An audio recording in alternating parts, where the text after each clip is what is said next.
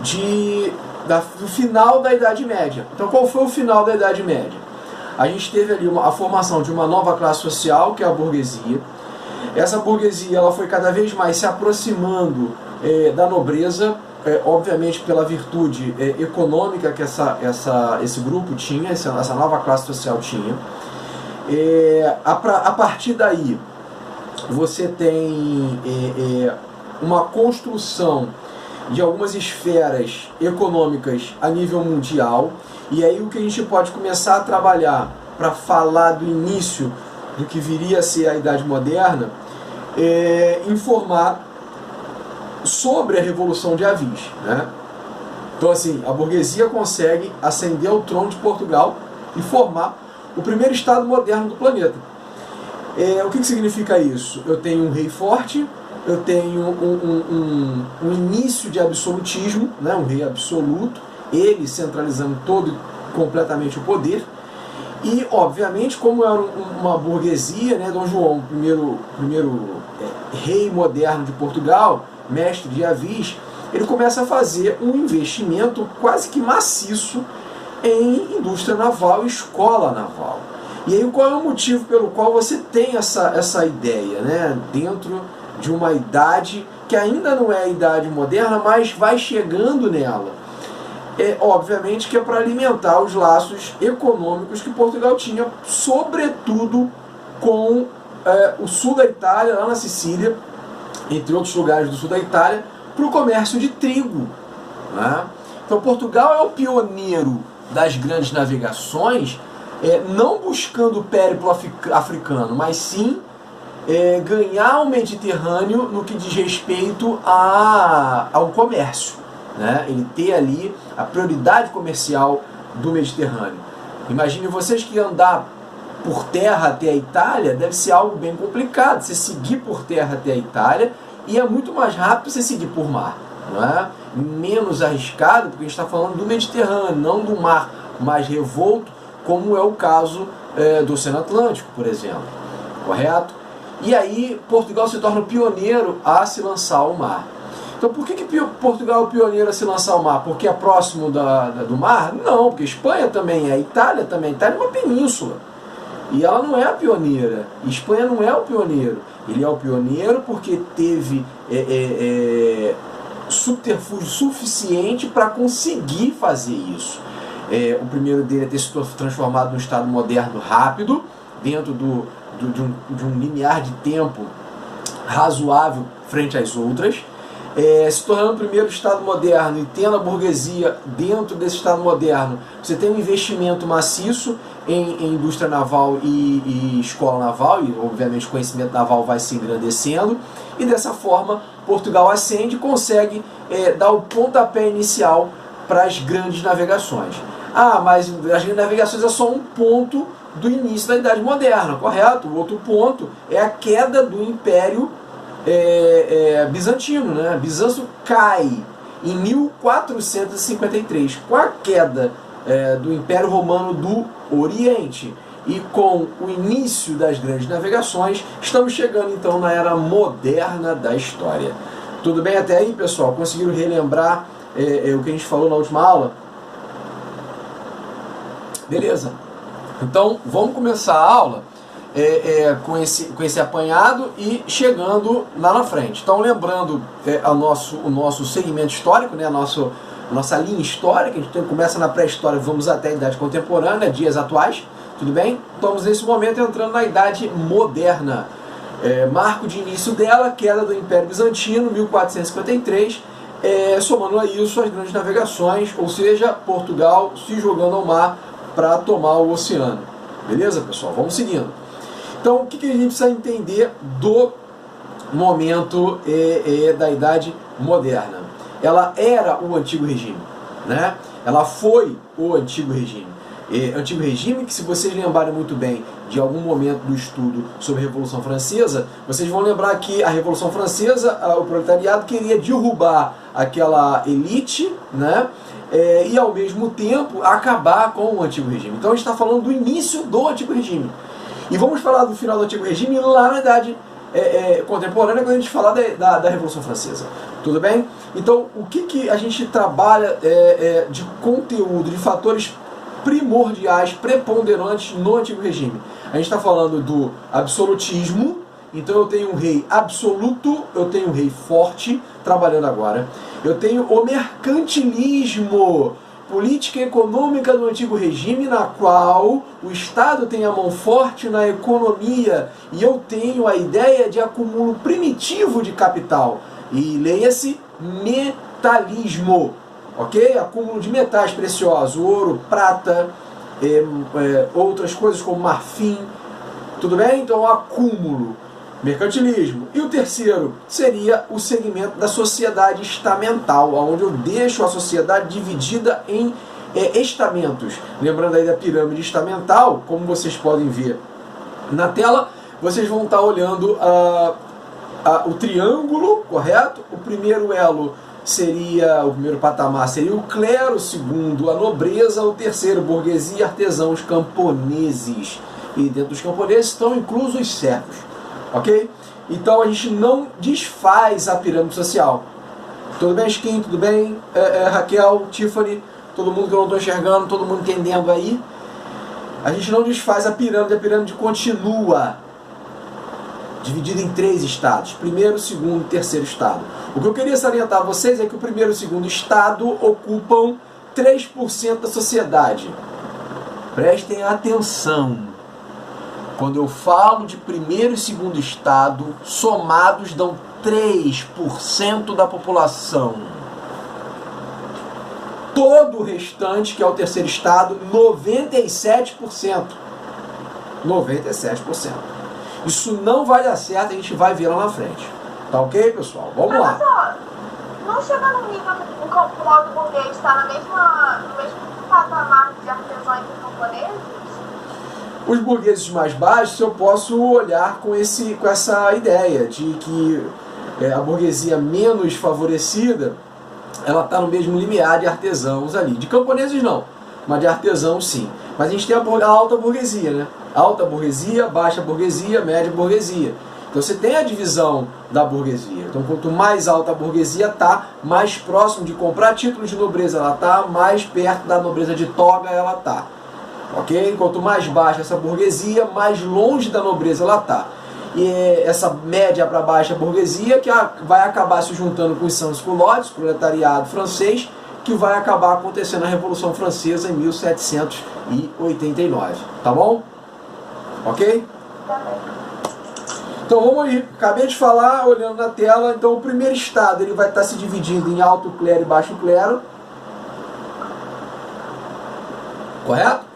Então quem era aí o alto clero? Cardeais, bispos, os ábades, eles vinham de origem nobre, né? Eram encarregados dos altos cargos eclesiásticos, geralmente estavam associados a apoio real, né? São ali os conselheiros reais também, e aí a gente está falando do alto clero. Isso é a divisão do primeiro estado. Ainda dentro do primeiro estado a gente já tem o baixo clero. Quem é o baixo clero? É a origem mais pobre. A gente está falando de padres, frades, né, ordens franciscanas, outras ordens religiosas, como jesuítas, etc. Eles eram encarregados de tratar da parte mais popular da coisa, das paróquias locais, das ordens eclesiásticas e assim sucessivamente. Então eu tenho o primeiro estado, que é o clero, dividido basicamente em 2, que é o alto clero e o baixo clero. Acredito que todo mundo já tenha escutado esse termo em algum momento. O segundo estado, a gente está falando da nobreza, que ela é dividida basicamente em 3 tipos de nobreza. No início da Idade Moderna, a gente vai encontrar basicamente só 2. Mas com o passar do tempo, mais para o final da Idade Moderna principalmente, a gente vai conseguir encontrar 3 tipos de nobreza. Quais são esses tipos de nobreza? Então a gente está falando da nobreza palaciana, que é residente na corte, são aquelas pessoas que vivem dentro do Palácio Real, eles fazem parte da corte real e são sustentadas exclusivamente pelo Estado, né? pelo rei, por quem detém ao privilégio de morar daquela corte, aquele castelo. A nobreza provincial, que é a proprietária de terras. Então você tem aquela nobreza que tem mais dinheiro, né? Mais voltado para acúmulos de terra. Essa nobreza ela acaba tendo uma influência muito grande na exploração, principalmente dos servos, né? Da parte servil, da parte campesinata ou dos camponeses. Vão acabar enfrentando uma grande dificuldade econômica, até por causa dos problemas geoclimáticos que vão assolar a Europa no período. Então, se você vive da tua terra, obviamente, se tem um problema geoclimático que vai destruir a sua plantação, isso vai acabar te deixando em maus lençóis a nível econômico. E ainda temos aí a nobreza de toga, acabei de citar alguns minutos atrás. A nobreza de toga é aquela nobreza onde a burguesia ascende a nobreza. Eu compro o título de nobreza do rei, uma vez que eu tenho grana para isso. Uma vez que eu tenho muito dinheiro para isso. E aí não é qualquer burguês. E aí a gente está falando de quê? Da alta burguesia. Da galera que é a grande proprietária ali das relações fabris, né? Detém aí de várias corporações de ofício, ou são detentoras de um grande percentual de manufaturas, investimentos cada vez maiores em manufaturas. Então essa burguesia acaba comprando a nobreza. E aí eu quero ressalvar uma coisa muito importante. Vou citar aqui um grande educador nacional brasileiro, chamado Paulo Freire, que a gente acaba relacionando com uma coisa que aconteceu lá atrás, né, há quase 600, 700 anos atrás. A gente vai estar falando aí do oprimido querendo ser o opressor, né? Na pedagogia do oprimido, Paulo Freire deixa bem claro isso, né? E aí, por que a burguesia, quando ela era tratada como nada e ela ascende a um grau de importância dentro de uma esfera sociopolítica, por que ela começa a querer ser aquilo que a oprimia no passado? Por que a burguesia passa a querer ser o nobre, né? Porque você tem uma vivência dentro daquele regime social, dentro daquele contrato social que Hobbes tanto fala, né? A gente vai falar de Thomas Hobbes, vai falar de Rousseau, vai falar de Voltaire, vai falar de um monte de filósofo aqui, citando os nomes. Obviamente que eu não vou adentrar especificamente a parte filosófica da coisa, porque aí a aula de filosofia quem vai tratar isso, mas a gente vai ver na parte historiográfica. Existe um contrato social onde você tem a nobreza mandando quem está embaixo. Então, obviamente, se você tem uma opção de chegar lá em cima, você quer ser aquilo que você acha que é o melhor dentro da sua sociedade. Então eu vou tentar fazer uma mobilidade social. Então você começa a ter uma maior mobilidade social dentro, não é o ideal, não é uma mobilidade social que nós temos hoje, mas você começa a permear essa sociedade através aí do acúmulo de capital. E aí a alta burguesia ela consegue trabalhar em cima disso, comprando a nobreza de toga. Então o segundo estado, que é feito pela nobreza, termina aí dentro da nobreza de toga. Nobreza é essa que acabava exercendo alguns cargos na justiça, até mesmo na administração pública do país em questão. Tá ok? E aí o terceiro estado da nossa pirâmide estamental vai estar ligado basicamente à burguesia e a trabalhadores. E aí quem é esta burguesia? A gente já tinha falado da burguesia alguns minutos atrás. E aí a burguesia eu subdivido em três grandes grupos, correto? A alta burguesia, a média burguesia e a pequena burguesia. Beleza? Quem era a alta burguesia, para a gente relembrar? Banqueiros, industriais, comerciantes. E aí a gente entende industriais como grandes fabris, tá? Como grandes fábricas. A gente não tem indústria nesse momento ainda. Média burguesia, a gente está falando aí de profissionais liberais, funcionários públicos, principalmente médicos, advogados, ou que trabalham diretamente de forma pública para a corte ou para a própria administração do país. E a pequena burguesia eram os comerciantes e artesãos, correto? São aqueles que conseguem até viver do seu próprio trabalho com lucro, mas a gente não tem um grande acúmulo de capital nesta situação. Então está aí definido os três estados da pirâmide estamental. Então a sociedade europeia desse período era dividida desta forma. É um período a partir do qual passa-se a acontecer a construção do que a gente conhece como modernidade. E aí, por que eu preciso compreender o termo modernidade? Ah, começaram a construir avião, nave espacial, é moderno? Não, não, não. Não tinha fone de ouvido, não tinha WhatsApp, não tinha computador, não tinha nada disso.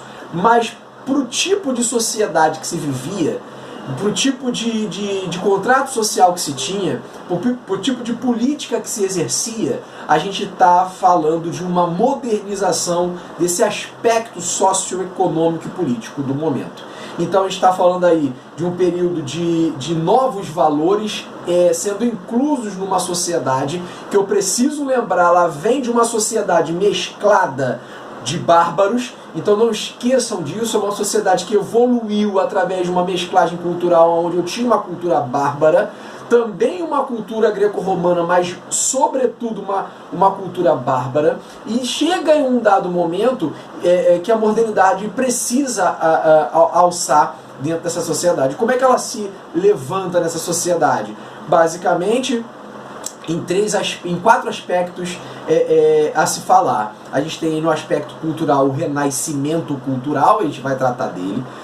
Na questão espiritual ou religiosa, que é a reforma protestante, e aí eu preciso lembrar que o termo não é só reforma protestante, são reformas religiosas, porque houveram outras. Políticos, e aí a gente está falando do absolutismo moderno, a gente está falando da centralização do poder, né, do Estado moderno.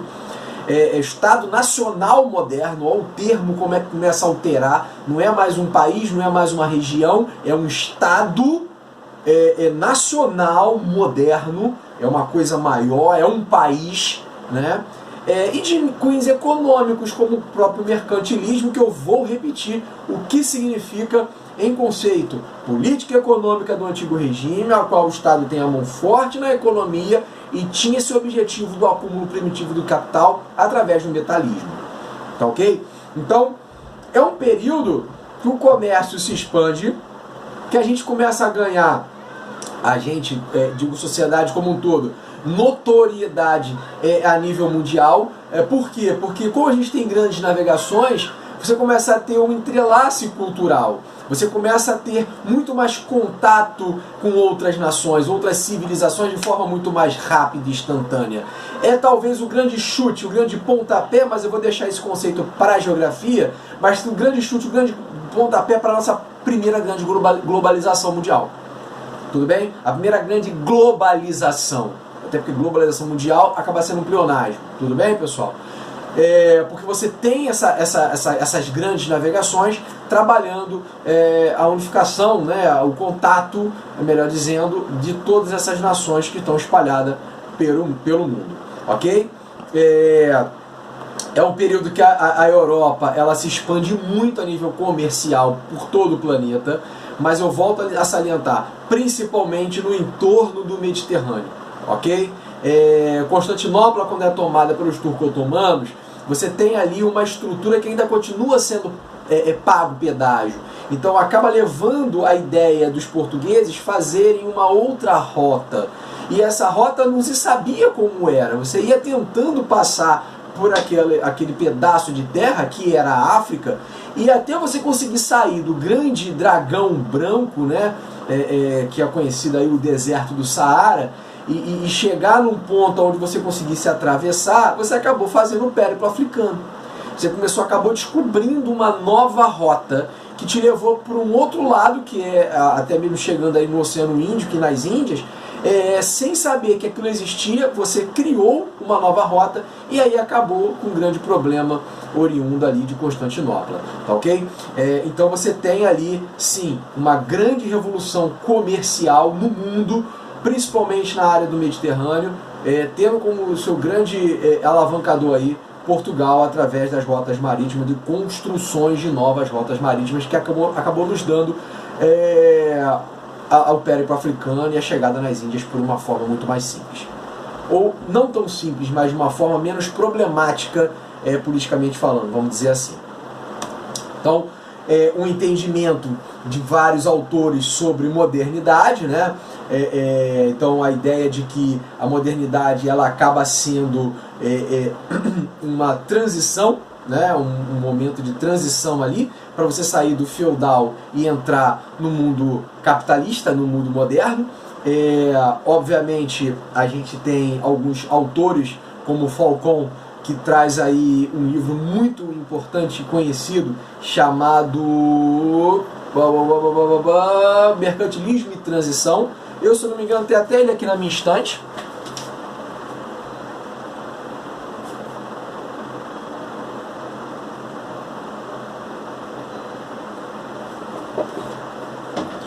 Um livro muito simples, pequeno, de fácil acesso, tá? Para quem quiser aí, nos sebos da vida sempre vão ser encontrados de forma fácil, ok?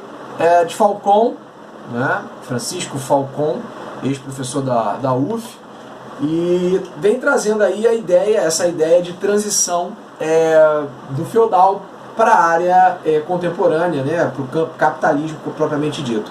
Então a gente tem ali vários ideólogos, né? Vários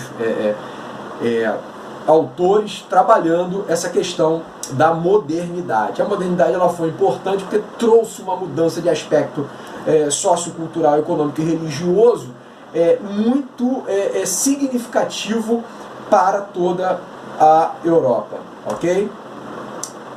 Talvez a grande mudança seja aí o absolutismo moderno, absolutismo esse que a gente precisa entender de forma ampla. A gente tinha um rei fraco na era do feudalismo, onde você descentralizava demais o poder, até mesmo por causa da questão da suzerania, vassalagem, a questão de distribuição de terra, e sucumbiu o antigo Império Romano e a forma como aquele império trabalhava. Ok, beleza, só que isso vai sendo modificado durante todo o período. Passamos aí do feudalismo, passamos aí pela crise, a grande crise do século XIV, crise do feudalismo. O feudalismo acaba sucumbindo, essa nova classe social que surge a burguesia, ela alimenta algumas mudanças importantes no mundo, sobretudo a unificação de Portugal, né, através da Revolução de Avis, transformando Portugal no primeiro grande Estado nacional moderno. E isso transforma a coisa toda, isso muda a coisa toda, isso começa, essa aliança entre burguesia e realeza, né, e rei, começa a acontecer por volta de 1100, né? Você tem a primeira grande centralização do poder a partir aí de 1200, 1300. A partir de 1300 em diante, a gente tem a grande crise do século XIV. O grande feudalismo começa a sucumbir, você começa a ascender uma era moderna através de um rei absoluto que Portugal já tinha logrado êxito na sua Revolução de Avis, transformando então esse país, já desde o século XII para XIII, em um país de Estado nacional moderno. E isso faz uma grande alteração. Isso vai sendo passado para a Espanha, quando a Espanha consegue, a partir do século XV para XVI, basicamente no século XV, né? Final do século XV, quando ocorre o último mouro expulso de Granada, lá para 1498, quando você tem ali a grande unificação, através do casamento de Isabel de Castela e Renato de Aragão, você tem ali a grande fusão desses dois, né, desses dois reinos, os chamados reis católicos, né? E como você funde esses dois reinos e começa a grande guerra de reconquista, ou seja, a retirada dos árabes que migraram anteriormente, estavam lá na Península Ibérica, vem descendo com a guerra de reconquista até que em 1498 você tira o último Mouro de Granada. Então você tem ali talvez o segundo grande Estado moderno acontecendo. E assim vai passando a onda de Estado moderno, de Estado absoluto, o absolutismo pela Europa, ok? Então você tem assim uma grande mudança no que a gente chama de regime político, onde você tinha um poder descentralizado, transformando ele em um poder centralizado, de total poder na mão de um monarca apenas, ok? A partir do início da Idade Moderna em diante, a gente tem toda a Europa trabalhando no que a gente conhece como absolutismo, ok? O mundo absolutista é um mundo bem desenhado. É um mundo não só bem desenhado, mas com uma estrutura de contrato social bem definida. Então, rei e nobres e clero não trabalham.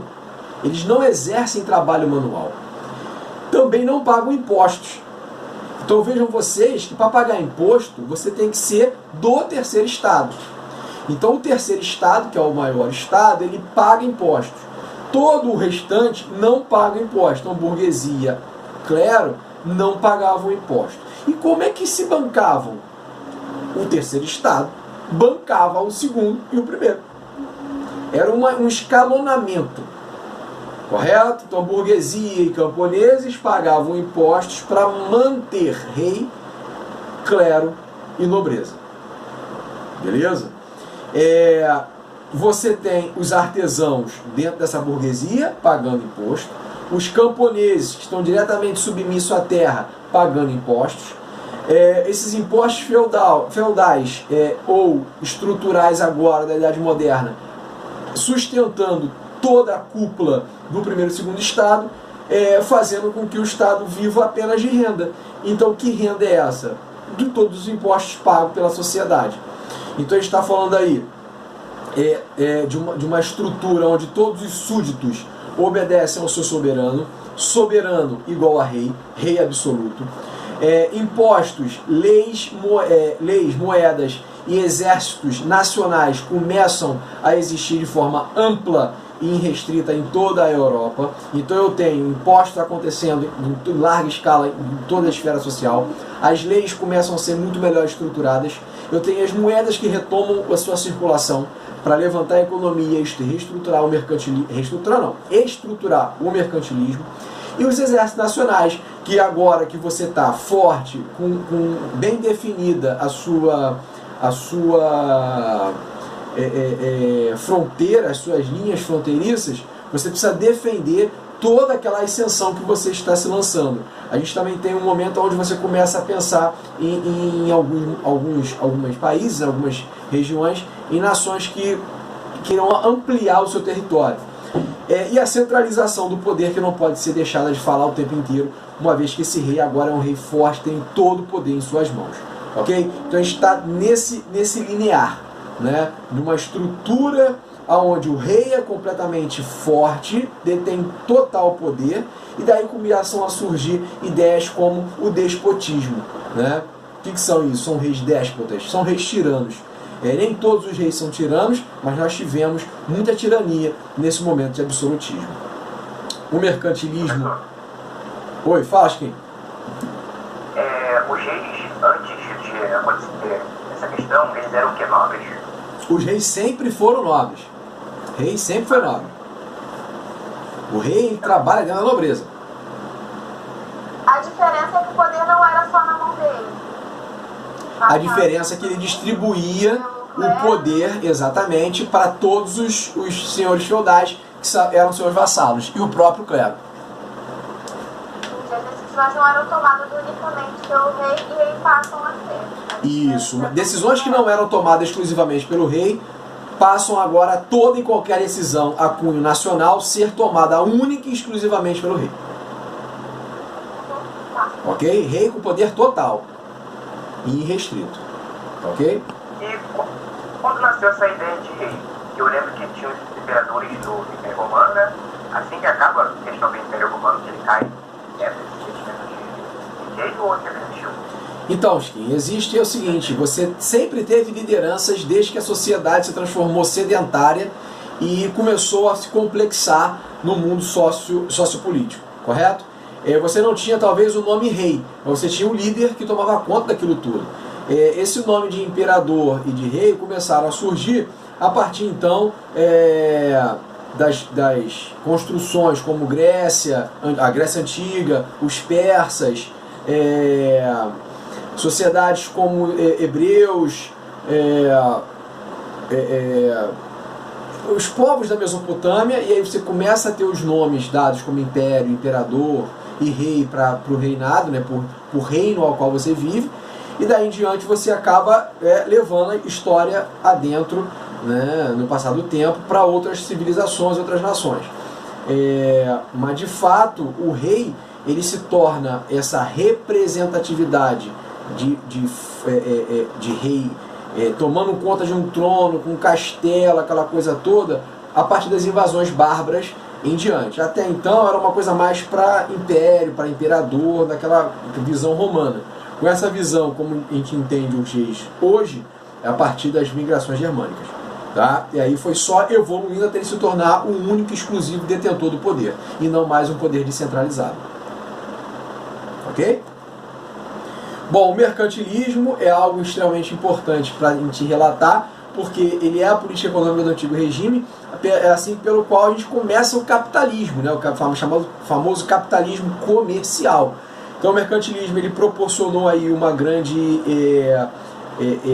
mudança na questão comercial, a elaboração de novas técnicas comerciais, principalmente através da utilização da grande massa moderna de ganho de capital, que são, né, ou foram as grandes navegações, a utilização dessa peça fundamental para que você melhore exclusivamente a questão comercial, a questão de acúmulo de capital, a questão como se vê o comércio a nível do mundo. Com isso você acaba criando uma amplitude de comércio, você consegue chegar em qualquer canto do planeta, levando então esse comércio a patamares, a lineares muito maiores a nível de globalização. Por isso a gente começa a falar de globalização com as grandes navegações. Lembrando aí que as grandes navegações, ela não só alimenta o comércio, como ela descobre novos mundos, no caso da América, né, para o regime europeu, obviamente, e obviamente que com terras novas eu vou querer aumentar a minha capacitação comercial. Então começa a fazer companhias, como a Companhia da Índia, por exemplo, e assim surgindo novas e mais novas estruturas comerciais oriundas dessa nova ótica mercantil do capitalismo comercial, ok? Dúvidas não?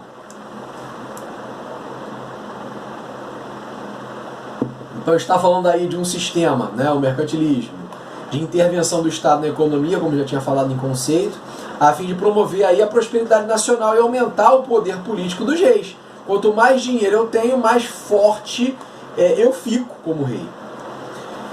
O metalismo é a concepção do acúmulo primitivo de capital, ou seja, eu trago o máximo de metal precioso para dentro do meu país, do meu Estado moderno. Fazendo isso eu sou muito mais forte na ótica mercantilista do período. Já começa a se entender, depois de algum tempo tomando na cabeça, sobre balança comercial favorável, ou seja, o Estado restringia importação e incentivava a exportação. Ou seja, eu deixo entrar pouco e faço com que saia muito do meu país, do meu Estado-nação. Isso faz com que eu cresça, né, ascenda economicamente de forma satisfatória, ok? E o famoso... A Jade... Professor. Fala. A Jade perguntou, as grandes navegações teve início com o mercantilismo, no caso, o comércio? Na verdade, o comércio ele se reestruturou no ressurgimento comercial, né? Que a gente chama de renascimento comercial, lá no final da Idade Média. O que aconteceu com o mercantilismo é que esse mercado ele tomou uma amplitude maior, ele melhorou como questão comercial e chegou ao mundo inteiro. Você unificou esse comércio para todo o planeta. Então você melhorou e qualificou o comércio a nível mundial, triplicando a arrecadação. Ok? Acho que foi. Qualquer coisa eu falo, mas... Ah, tá, foi. Beleza. Show de bola.